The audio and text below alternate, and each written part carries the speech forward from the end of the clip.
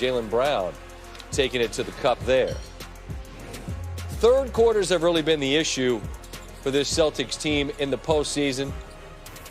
We talked about how this Heat team's not going to go away, but Celtics team didn't go away either. Tatum off the glass, Brown attacking the rim. And the lead swells. Late third, Tyler Hero, woo! Hayward to Tatum. Punches it down as the third quarter is winding down, and they take a perfect pass, by the way, 15-point lead into the fourth quarter. Into the fourth. Brown to Tatum. Dangerous pass, but it gets to their man, and there's Tatum again off the glass. Celtics cruising. Crowder harassed by Brown there. He gets the steal. Again, attacking the rim. And the Celtics hoping to enjoy a comfortable cruise to the tape.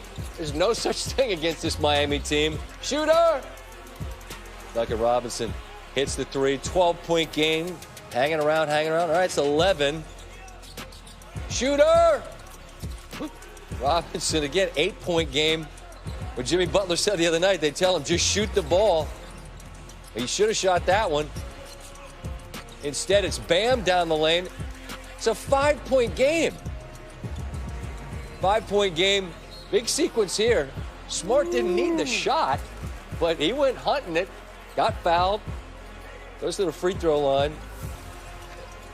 And Tyler Hero airballed that, and Jaylen Brown and the Celtics win. He talked to Rachel Nichols afterwards. I'm here with the Celtics. Jaylen Brown, leading scorer tonight for Boston. Jaylen, you were so aggressive right from the start of the game. What was it like for you with your mindset, just wanting to get out here and have the chance to get back into this series? Just trying to be aggressive. Down 0-2 in the series, we played some games we thought we should have played better. We wanted to make an emphasis to come out night to play 48 minutes, and we did. Every team has emotional moments that they go through, the test of a team of how together they are or how they react to it. How did you guys put yourselves back together over these past couple days? It's a testament to our character. We got some strong-willed guys in our locker room that I believe in wholeheartedly. So I'm proud of how we came back out tonight. Gordon Hayward, you got him back as well, plus his mustache came out with him. I don't know about the mustache, but it's glad to have him back out here. He was a big help for us. Just having an extra body, somebody that can make plays, I think it's going to be good for us going down the line. All right, well, we'll see over the next few days. You guys don't play again until Wednesday. Maybe you guys can convince him to shave it. We'll find out. All right, exactly. Thanks Appreciate so much. you, Rachel. Thank Bye. you. Jaylen Brown continued to be crucial to the Celtics' success this season. They're now 16-1 when he scores at least 25, which represents the second-best win percentage by any player in the league this season. We talked a lot about them in the third quarter, and they were better in this one. And Tim Legler joins us, better offensively as well. We talked after Game 2 about their undoing and what the Heat's zone did to them. In what ways was Boston better offensively tonight, Tim? Yeah, some of the stuff you're just going to see in a box score and a highlight. Right? Their forwards were great tonight, right? Their defense was manic. You expect those kind of things. But I just saw some things offensively, which was just about making great decisions and attacking and being more aggressive and taking it to them, because they've got advantages with size, length, and athletic ability on these wings, and they need to do this. I love this set. This is one of Brad Stevens' favorites, and I love it because where Jason Tatum catches the ball. You hit here at the elbow, empty out Kemba, immediately come hit him with a ball screen right here. And the reason I like it so much is because when you get this ball screen and you're Tatum and the screen is set inside the three-point line, you now have no choice. If you're Jimmy Butler, you've got to go over the top, and you're going to engage this second defender because of where the screen is set. If you get the appropriate dive, which you do right here, you're going to engage a backline defender. So the scheme is great, execution is great, but here's the best part. Wanamaker catches this ball. That's a decent shot. Guys in the NBA take that shot all the time. This was Boston's mentality on this night.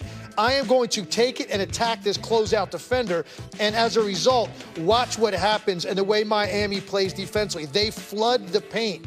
So as Wanamaker drives baseline, stop here. You got 5 guys in the paint. It's a great decision to pass up a decent shot to make an aggressive play for your best player to get him a clean look, and Tatum buries it. And then against the zone, Scott, they were better most of the night, not still like I'd like them to be, but they're getting there. All right, so you got somebody in the middle. I talked about this the other night.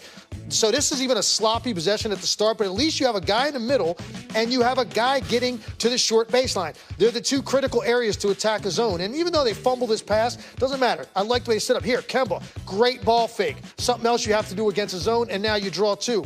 Marcus Smart pops out. Get out here, reset it. Here's what they were not doing at all in the last game. Nobody was going middle. Take a look at Jaylen Brown. Yep. He's going to flash middle, and what it does, and this is what I was talking about the other night, it creates miscommunications. No one's really sure who has them, so as he flashes and then goes out, you now have guys closing out on the wrong side. It allows Jaylen Brown to get into this gap, which is the other big part about attacking the zone, and when he does that, you now engage Bam Adebayo in the back line, and you now have an easy pass to the corner for Grant Williams, who's not even a great shooter, but when you set him up like that and he knows it's coming off dribble penetration, he knocks it down. I just thought everything they did was smarter. It's still not quite where they need to be against that zone, but I didn't think Miami played as much of it tonight either, which may have helped Boston. They just were much sharper tonight. They were desperate. We kind of figured it was going to go this way. 4 different Celtics score over 20. Tatum, Smart, Brown, and Walker. Combined, they shoot better than 50% from the floor, and they're able to hang on. It got closer there in the end than you would have imagined, perhaps, but I think we understand that Miami's not going to stop swinging until it hits zeros.